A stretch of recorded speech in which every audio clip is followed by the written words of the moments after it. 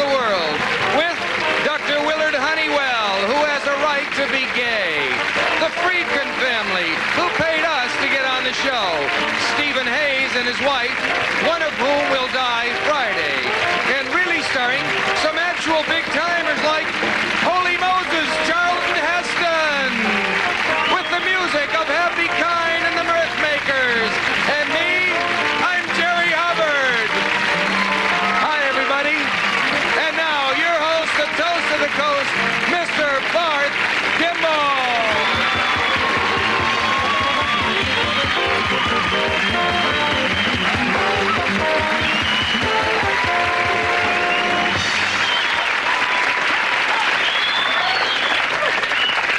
Thank you. Thank you, thank you, thank you. I am Barth Kimball. I know that's new to a lot of you. Get used to it. And welcome to... Whoops. Almost broke network rule numero uno there, getting the title of the show wrong. Welcome to America tonight. Now, you folks are watching me for the first time, not on a dinky little local channel, but on a network. Yes, I am finally networked.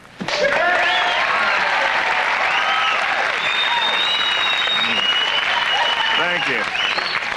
Yep, water's found its own level. For you new friends, it must be kind of puzzling how a talent of these dimensions has been squandered for so long on a viewing audience of only some 30,000 people in Ohio, and thanks to the cable in northern Kentucky. Well, now the question, the big question I'm sure in all of your minds, and I'll give you the benefit of the doubt there, is which one of the 4 major networks plucked me from the vast wasteland of regional TV to be a national star? Well, it's the one you're watching, of course, the UBS network. UBS, where we put you before the BS. How about UBS?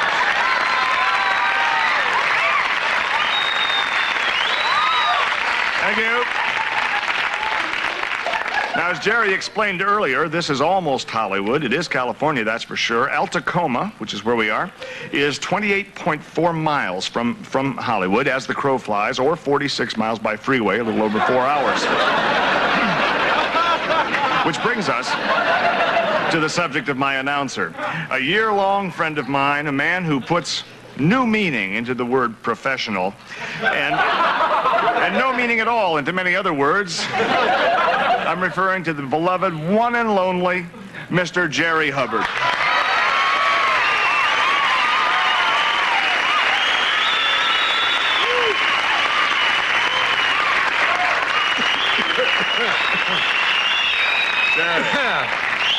What's that California air got you there a little bit? Oh, yeah. Well, you've got to protect your throat out here. That's what the scarf is for? Gee, oh, you yes, look nice. Yes, you don't need the glasses, Jerry. You do, as a matter of fact. A lot of people say, oh, that's that old Hollywood style. Yeah. But, you know, it does. It keeps people from recognizing you. That's why you're wearing it? And you know something? What? It works. Incidentally, this is our UBS logo. I drove over here with us in the, tried to like a sticker put in the windshield of the car, but it made it a little hard to peek over. I had to drive with my head out the window there, but that's it. Oh, that's terrific. That's UBS, and we're with them. Yeah. Jerry, for those of you who've never seen him, he'll be here doing what he tries to do so hard every night, and in a way, so can you, because we're going to give you, the public, a chance to sing. The public's going to have a chance to dance, tell jokes, or simply state your views, as long as you buy that airtime in a segment we call Money Talks. If you got a song, some gripes or some squawks, let it all hang out on Money Talks.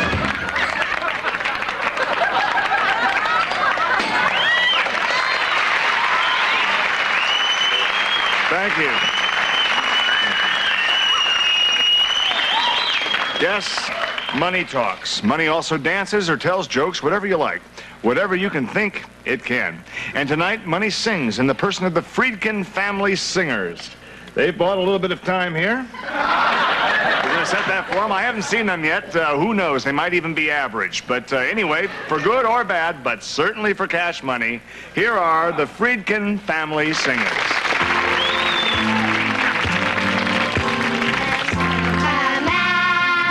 Tomorrow, bet your bottom dollar that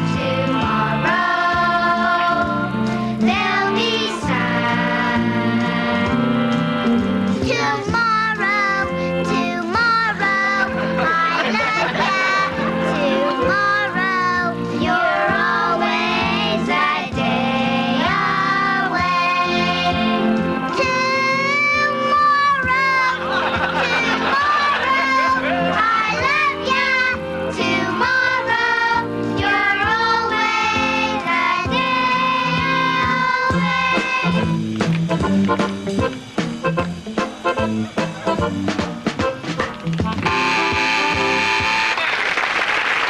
kids. Boy, that minute went by fast, didn't Time's it? up. I'm really sorry. Fastest minute in show business. It really was. And that flew saves by. us from seeing the show, too. That was from Annie, wasn't it? Huh? Yeah, that's good. great. Yeah. I'm sorry to cut you off. I'm sorry for you. I think I'll get over it. I want to make sure you kids get your receipt. I think you could probably charge this receipt off as entertainment deduction. Not if the IRS saw that. Come on. No. So, boy. let me ask you, kids, whatever made you want to do this kind of thing right out there in public? Well, Mr. Campbell, it all started at the local church pageant. where- Uno momento, por favor. I hate to be a stickler for detail, but as I understand it, these kids did not purchase the optional talk time, and I think their money was just for that singing. As a matter of fact, it's up to me. I'd let them on all day, but my hands are tied. I think there's an FCC ruling on it, probably. Well, if there isn't, we could draft one up. It is kind of... You're great kids. Listen, if you don't agree with this, if you think we're wrong, you could buy some more time. Maybe we could argue about it. Why not just come in and tell us about it? That's okay. Okay. We actually, this has been wonderful, and it's been real close to entertaining. But right now, we have a really big movie star backstage. Is he here? I'm Is he not really kidding. here? Can I deliver? Okay, I told you I could deliver. This guy has done, just about everything there is to do in Hollywood. He's appeared at all the really elegant, the big parties up there in Bel Air and et cetera, et cetera. He's got an incredible tan. Let's say hello to Mr. Charlton Heston.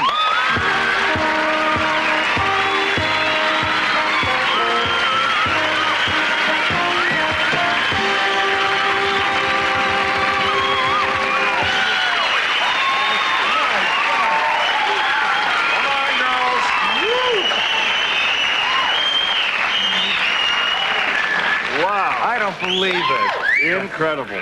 Thank you. I'm sorry we couldn't send the limo, but we are. We have our budget problems. I'm glad to be here. I appreciate you Really driving. am. Gee, have a seat. We have celery with cream cheese over here. We have carrots. Just kick off your shoes. fine. Really? Oh, this is great. I'm not going to bother you with all those kind of dumbbell questions that are asked all the time on those shows. Like how's your new movie or what's your new movie all about? We don't want that. We want to get to know the real Chuck. Chuck, yeah, fine. Chuck Heston. Can you give us something really, personal? Something like what was the most embarrassing moment in your life? Whoa. If you're like me, Chuck, it was probably during those teenage years. I'll never forget my high school, the senior prom. I was taking, I think her name was Marge Turnbull to the prom, and I got one of those corsages, and you'll appreciate this, Chuck. I was going to pin it on her gown. And in those days, they wore the straps here. Yeah. But wait a minute, no one is interested in Jerry Hubbard's most embarrassing moment. He has you, Chuck, so the ball's in your court. Go ahead. Thank you very much. This is an interest to me, too. Okay. Well, actually, I remember my most embarrassing moment was I was about 14, see. Uh-huh. Those And teen years, that's what I was saying. And they fall anywhere between, what would you say, 13 and 21, give a year or two, and you said 14, so that kind of bears me out. Am I right, Chuck? That's right. Okay, let's change the subject and see if we can lose the luggage over here. And let's get right down to it. We can do things on UBS they can't do other places. Tell us about your first sexual experience. I'm sure. I don't believe it. Let's get right down to it. Who, what, where, and when? And how? All right.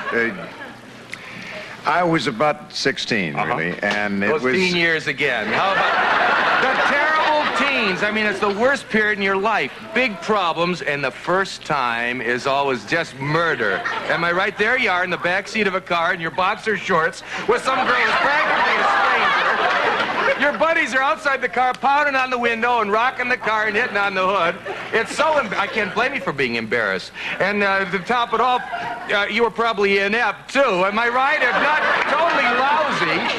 But who could blame you for being embarrassed? I mean, we were all inept at the time. But it's really interesting to hear that Charlton Heston was inept. We didn't hear that. Right, okay. Could I maybe buy some time? That's a good idea,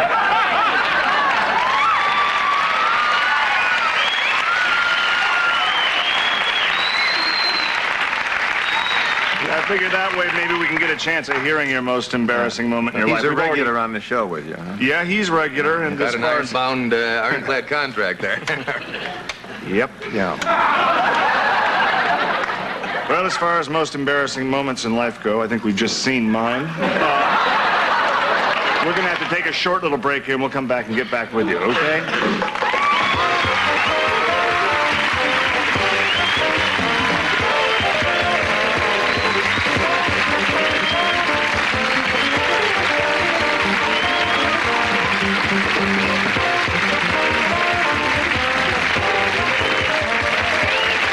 Channel 32 WFLD-TV.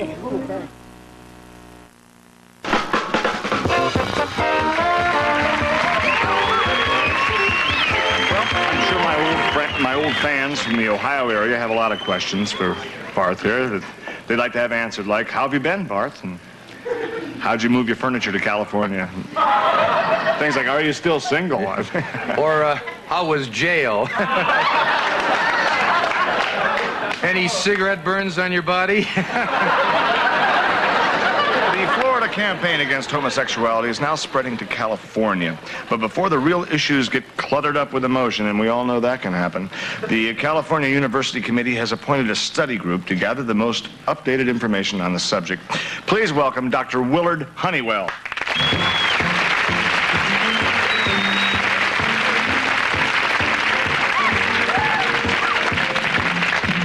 Doctor in spite of himself, eh? Yeah. Dr. Honeywell. Can I call you? Your first name is Willard on your card. It says Dr. Willard Butch Honeywell. A lot of people call you that. You mind? We'll just leave it at Honeywell. You've been able to shed any light on the age-old question of exactly what causes homosexuality?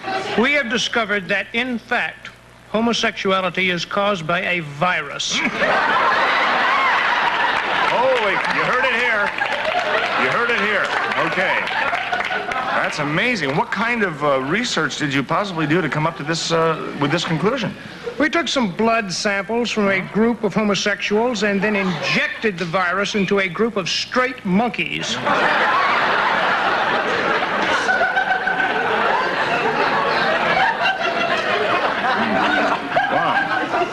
Several of the monkeys then began to exhibit homosexual behavior.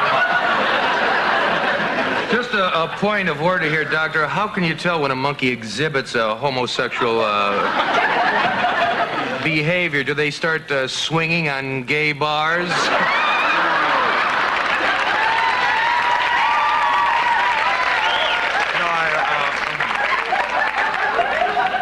Needless to say, I'm kidding. I seriously, think it's wonderful, the study you're doing of these animals here. Now that you've found the so-called homosexual virus, are there any plans for a cure or a prevention?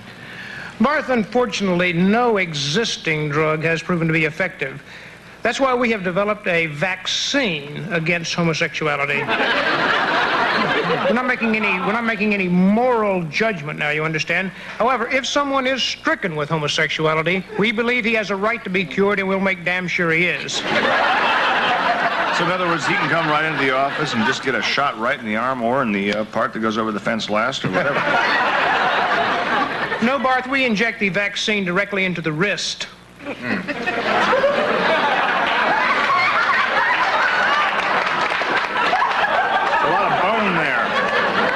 In the hopes that it'll straighten them out, am I right? One thing I want to make is that homosexuals can be cured. There is no such thing as terminal homosexuality. I'll agree with the doctor there. I've never heard of a homosexual dying from homosexuality.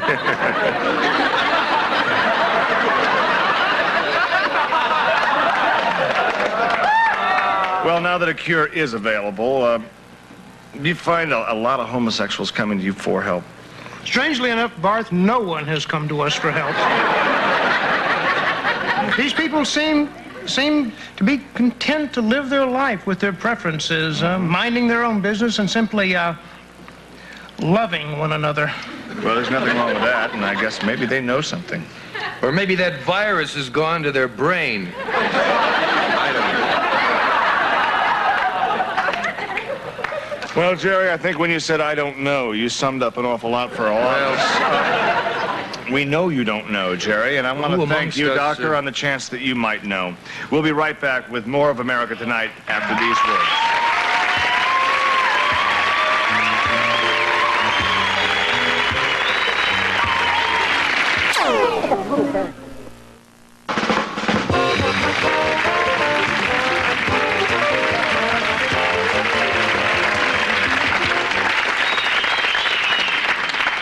Yeah, I think it's right around the Okay. corner. There's this one door there. It's the same one for both men and women, so just not.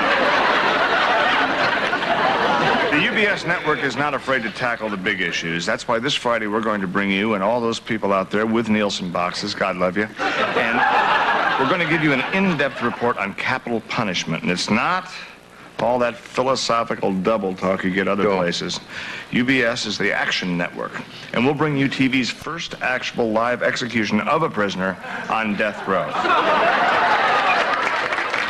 And you can ask any network, what is the main responsibility of a network? And they'll say, I think down to a man, they'll say to bring the people what they want. Now, fortunately in California, we have a state that allows the death penalty, and we found a judge who used to be a cowboy movie star. So he understands how something like this could really score on TV. This is the wife of the criminal that we've selected from several auditions of death row inmates. Sally's husband, Mr. Stephen Hayes, was the winner, and we would like to show you a tape of the meeting that we had with Mr. Stephen Hayes. Over here. Look, you're supposed to find me, not me find... Hi, this is Barth Gimble at the Altacoma Prison, death row. With me is Stephen Hayes. How's it going over here, fellas? I'm in trouble. He's in trouble. Look, I don't have a move. He's got 3 kings. You'll be all right. Stephen, incidentally, 2 years ago was convicted of first-degree murder. Stephen, let me ask you the really hard question. Did you do it? Barth, I say I'm innocent. But 12 jurors and the U.S. Court of Appeals and the Supreme Court said I did it. So, I mean, what do I know? Absolutely. What do any of us know, really, when it comes down to that? Stephen, is there anything you'd like to say to the American people now that we're network? Okay. He's good. Yeah, Happy's been in the union for years. He should be good, yeah. I'd just like to thank UBS and Gimble Co. West for taking this interest in me. I just hope I can pay you back by pulling a high rating Friday night. You'll do all right. It'll be a nice boost for your wife, too. I understand she's writing a book. We're not against Laverne and Shirley, are we? I wouldn't think so. Not Friday nights. No, I think they're on Tuesday, aren't they? Oh, hey! Sorry. I'm not in trouble now. No, you were winning anyway. It's Wild Kingdom, incidentally. This is a very choked-up Barth Gimble, returning you now to a much happier Barth Gimble in our studios. Dolly out.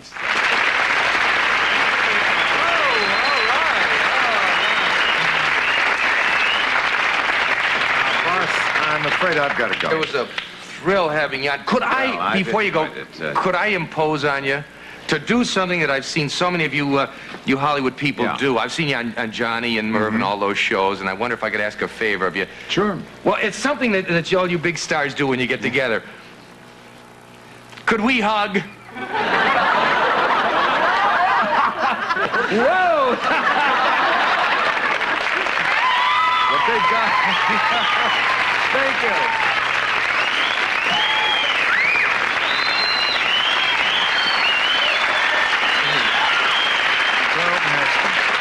Well, I'm still back with that tape, I'm afraid, and it was pretty powerful stuff. Yes. Let's not forget how soon we forget here that... I didn't forget. I was still thinking about it. That's why I was saying powerful stuff. That Stephen's some kind of guy you got there. He looked real nice. Our publisher told him to get a haircut for the shot on the book cover. Right. Well, anyway, that's the man. And here's our plan. You, our viewers, are invited to get involved in the political machinery of this great country of ours by actually participating in the execution of Stephen Hayes. Simply by filling out, where is it? This application form, right here. Well, I'll just take it right out here. Stating in 25 words or less, I would like to throw the switch because. Bring your entry form to the studio. along with $2 to cover processing.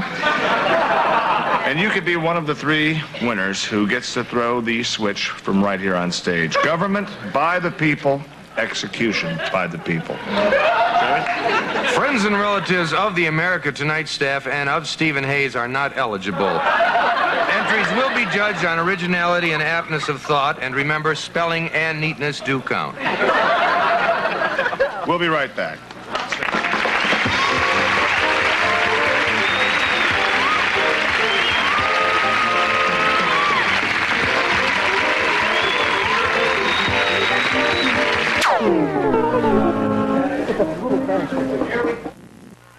Thank you very much. If you just joined us, you're not going to believe this, but Charlton Heston was actually right here. He had to go, and right now, so do we. Well, they went. You had to go a different time. We all have to go. That's our show for tonight. Thank you very much, and see us tomorrow night. We'll see you.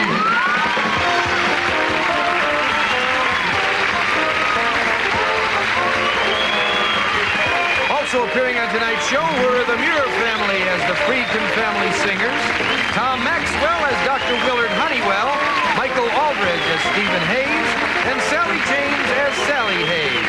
And a special appearance by Mr. Charles